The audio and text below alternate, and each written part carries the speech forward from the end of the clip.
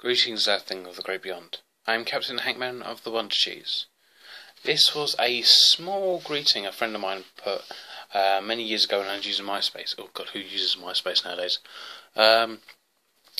MySpace, when it was all like sort of like the latest thing where you can go onto websites and download your profile settings, and then you could have this all great amazing thing. And of course Facebook came along, and well, we all know how that turned out. MySpace got a kick at the back of the bus, and Facebook kind of sort of took over. So Facebook's up and running. I can post every now and then, but I don't really do much.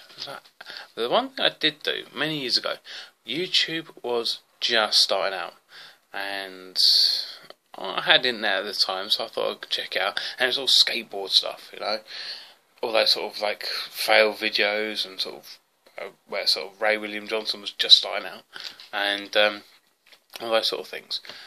I used to watch a few channels. I logged in using a Hotmail account, which you can't do anymore. You have to have a Gmail account, which is a pain in the ass, so I had to create one of those. So yeah, I watched a bit of YouTube, so I thought, why not make a YouTube video? And I did. I posted it, got a few views, but I think I'm going to have to remove that one. May have to. So this is going to be my first official video as a vloggy.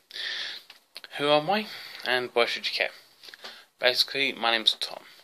I have been known by several surnames throughout a lifetime, but I like to go by Thomas James now. I am 30 odd years old, and I feel like an old kid. Come on, most of the people on here are sort of young, spry, and all that sort of stuff, but I feel like an old git. Basically, I suffer from something called schizotypical personality disorder, which basically means I talk to myself a lot. I mean, when I'm at work, I'm standing on my own and I'm talking to myself, and I talk out loud. I'm talking about sort of different scenarios and different situations. My hyperactive imagination goes mad. I dream up scenarios for this, that, and everything else. So, what I'm going to do is I'm going to talk to you about one scenario that's always been on my mind. How to dominate the world. How to become supreme leader. So, when I was a little kid, a little tiny kid, I used to think about technology. And first of all it was dinosaurs, then it became sort of technology. So when technology came along, I got this book, and yes, we used to read books. Family got rid of the TV, so all I had was Encyclopedia Britannicas. These were 28 volumes. It was obviously A to Z, and then you had scientific documents, documentations, you had anatomy, you had all sorts of things. I used to read them, and I used to read the science ones, including sort of the one saying about sort of the first heart transplant and stuff like that, which I loved. And I also had my own little books, so I sort of kid-style books. One of them talks about is perpetual motion. Okay, perpetual motion is kind of one of those sort of Philosopher's Stone style stuff. Basically, the idea is you get more energy coming out of it than you do putting in. For example, there's one illustration in the book which shows a set of ball bearings. They'll go around a track, they'll go up a spiral case, then it'll go across a barrier, and then down a wheel. The wheel itself would turn the spiral. So what happened is every time the ball bearing pushed the wheel down, the spiral will turn, causing the ball bearings to go up.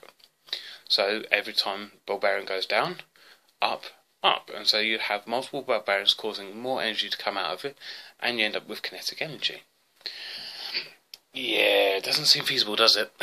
Back in those days when you didn't have lubrications and it was all made of wood, yeah, that didn't work out.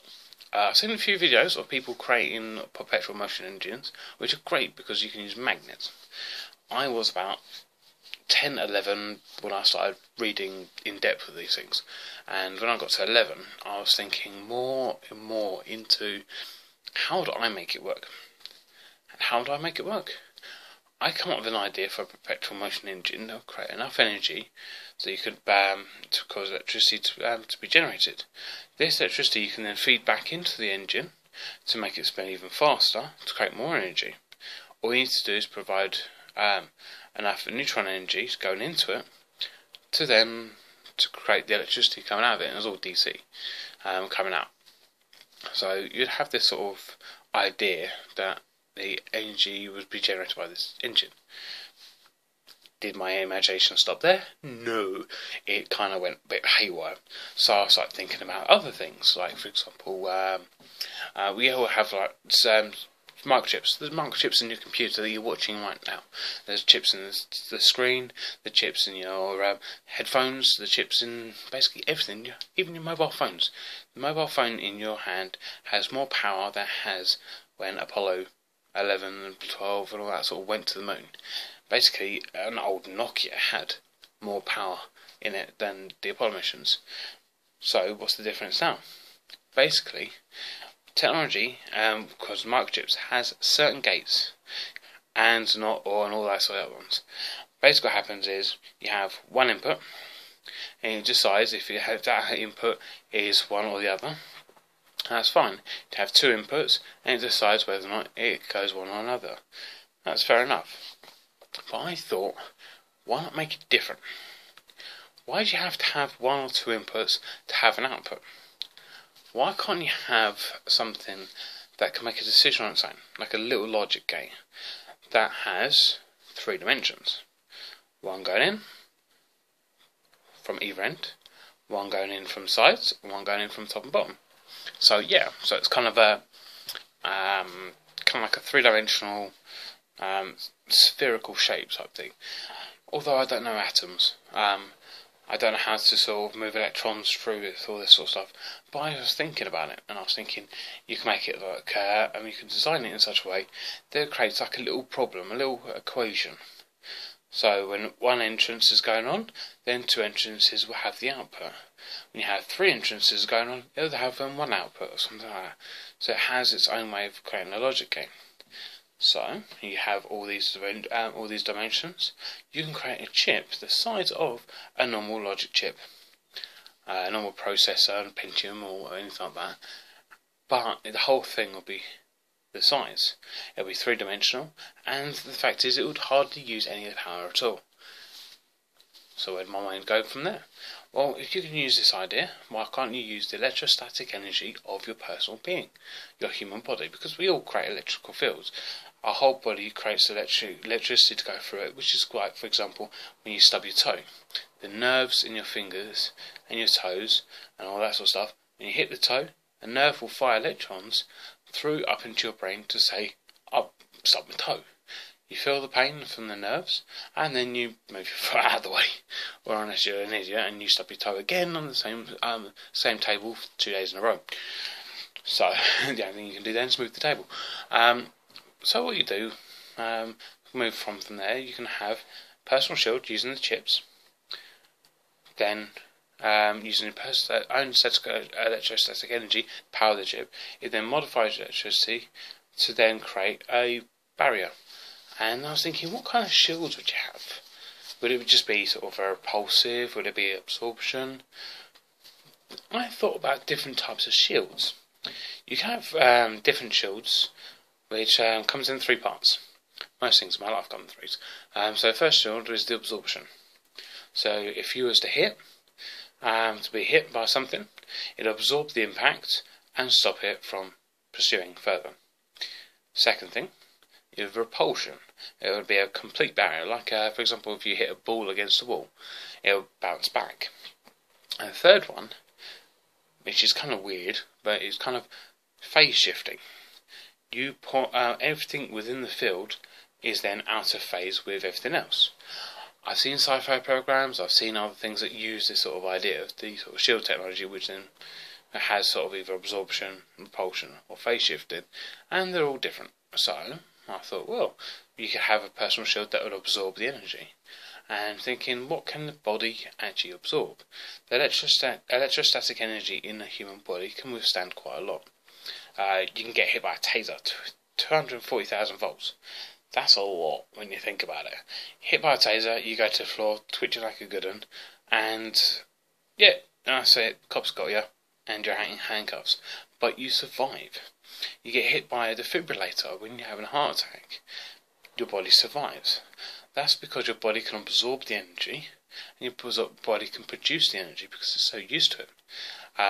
Eels can produce electricity in their body, where they parallel and they put in a sequence of their power cells to create electric fields that will stun the fish around them. So, why can't we use something like that? So that's kind of like an idea. Then my brain went a bit haywire. I started thinking about what else could we do. You got teleportation that's always in Star Trek. You've got comes into other programs like Stargate and all sorts of science fiction programs. Doctor Who even has a form of teleportation. You can go from one location to another. So, what could we do with that?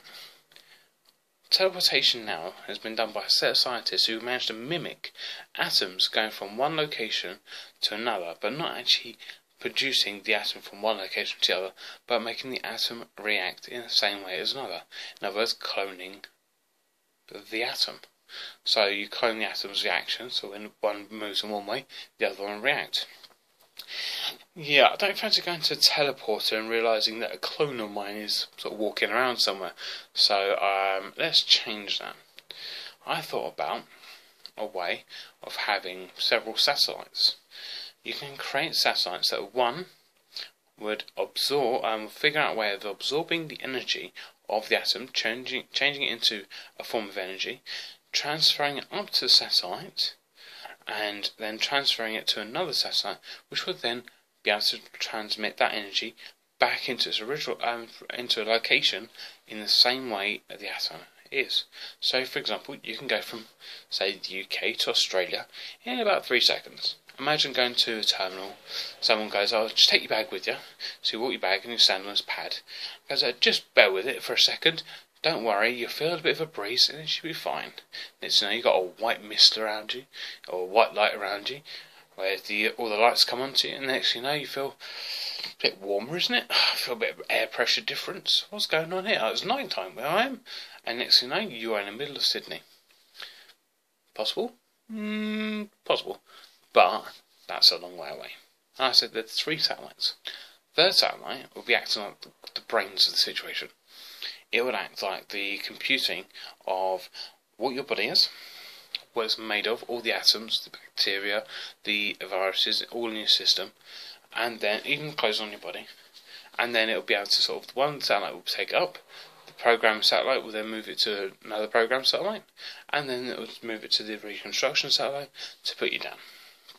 3 satellites that will be able to reproduce themselves, be able to replicate and make more and more and more until it covers the whole of the UK, whole of the world. Imagine it, a whole blanket around the earth. A whole blanket you can have like shield strength. You can have multiple layers of shield created by these satellites. So say for example a massive asteroid, the one that kind of sort of like wiped out the dinos, could possibly come to Earth and you'll be like, stuff it, just let the shield take it. And next thing you know, you've got a massive light show.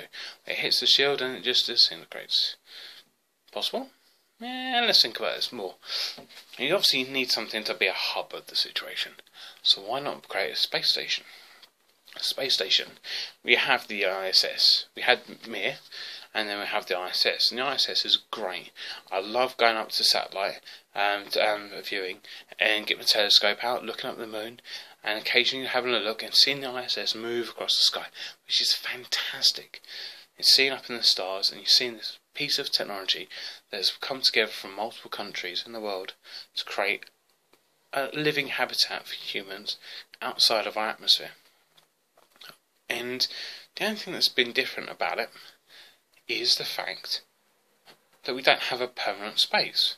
It is kind of permanent in a sense of people do stay up there for long times, but we need to create anti-gravity fields. Gravity fields that can cause you to feel like Earth gravity, but be in space. Why can't we use the shields? The shields that can create a form of gravity, pulling everything down to give you a form of gravity. So that's possible.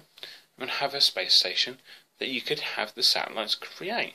So you don't have to waste billions and billions and billions of pounds or billions of dollars to create to get these items up into space and then shoot them across the sky to then reach the ISS. And it's only small pods. It's only tiny little pods.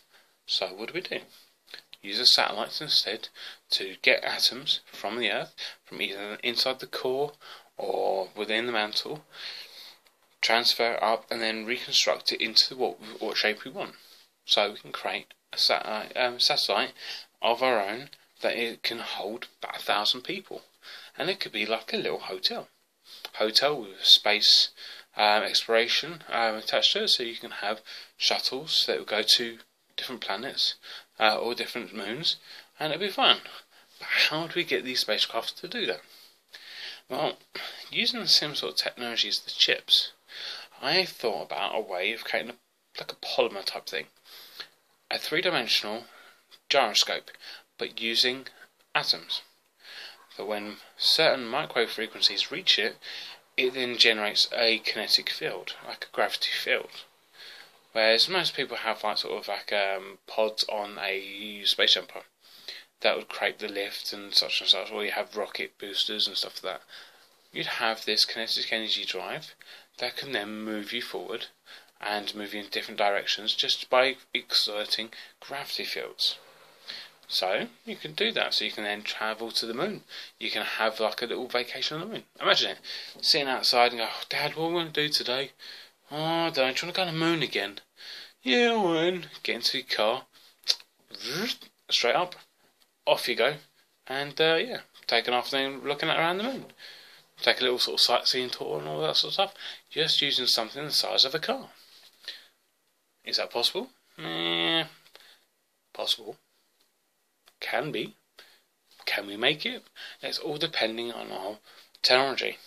The thing is, technology nowadays has the ability to do it, but the only problem is we don't have the technology to create that technology.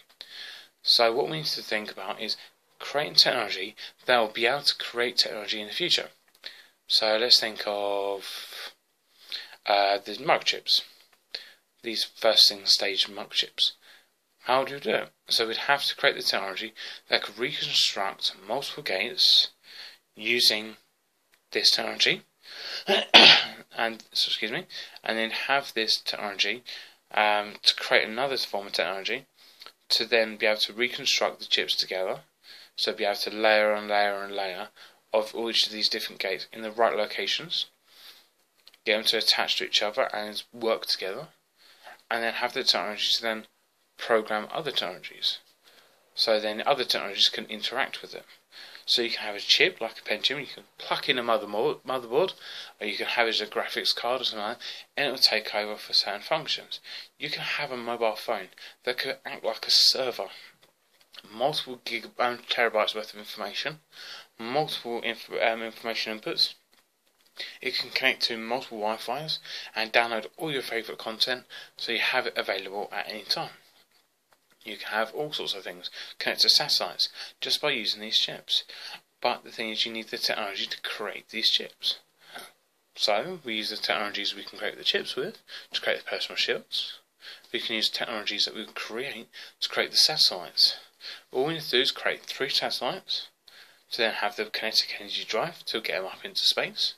You have the shield energy and the shield products to create the shield that will blanket the Earth, and then have the technology to create the technology to absorb and transmit and hold information. So, can it be done? That's the thing I like to think about. I think about it all the time, the idea of where technology is going from today. When I was 8-9 years old, the technology that I had was cutting edge, was a BBC Master. Anyone who knows what a BBC Master is, it basically means you had a cassette tape to load a computer program. You had to program it yourself. 10, run. 20, print hello. 30, go to 20. 40, end. Run. And it will create hello, hello, hello, hello, all the way down the page, You'd have multiple things. You can create programs using basic text. You can create programs doing all sorts of things. And I had 5-inch floppy disks. No one nowadays knows what a floppy disk is. No one in the generations of the millennials know what floppy disk is. Most people only know what a 3-inch floppy disk is because they have a little slot on the front of their computer. That little thing that you think, oh, what goes into that thing? Is it something I slide my credit card into? No. The thing is, a 5-inch floppy disk was basically like a flimsy piece of paper. It had a piece of plastic in it that had the memory disk in it, and it was basically, you could bend it, you can flip it, and it would still work. So, I had a 5-inch floppy, stick it in, and it had like 1 megabytes worth of memory on it. However, the BBC could only handle about 100 kilobytes of memory. Nowadays, we've gone from BBC, Sega Master System, PlayStation, to Windows 10. Windows 10 is now the cutting edge of software. And you can do that by downloading via Wi-Fi. Wi-Fi did not exist. I was there when dial-up started. Even when the whole world was crazy about this Y2K bug. That was basically a load of farce. Excuse me. So yeah, technology has gone from bounds and leaps over the last 20 years. And the thing is, we're no longer in an industrial age. We're now in a technological age, where technology is the leading innovator. Technology is now leading wars, with drones, with hacking, with cyber threats. Yes, you have a gun. Yes, you have a spear. Yes, you have a spade. Yes, you have a fork. You can plough the land, you can protect the land. You can't protect the land from hackers. If you've got technology nowadays, technology is going to be massive, but it's always under threat. Thing is, we need to create technology that can protect itself. No, I'm not talking about Skynet. Before you say it, I'm not talking about Skynet. We're talking about something that can actually stop intrusion. Technology that can create its own thinking mind to say, this is the user that's supposed to be on it, and this is the user that's not supposed to be on it. And that's the way things are going nowadays. We're having technology that is evolving. AI is evolving nowadays. We have Cleverbot. Of all the things, even though it's really redundant, it's really basic in a sense, the idea is it's coming closer and closer to passing the Turing test. And for those who know what the Turing test is, well done. It's the idea of having a computer fool us and believing it's more human. As things we can program things. We can program robots to take over the human workforce. We started off with horses taken over by cars and machines. Now we have computers that are taken over from us. Nowadays, people who are hard labourers have to get a college degree in computing IT just to maintain their own jobs. Because technology is going faster. Thing is, where is technology going? Are we going to destroy ourselves with technology? Or are we going to innovate it for a world collective? We say this whole idea of it's a Class 0 planet where all countries are at war with each other. Class 1 planet is where we all come together for a common goal.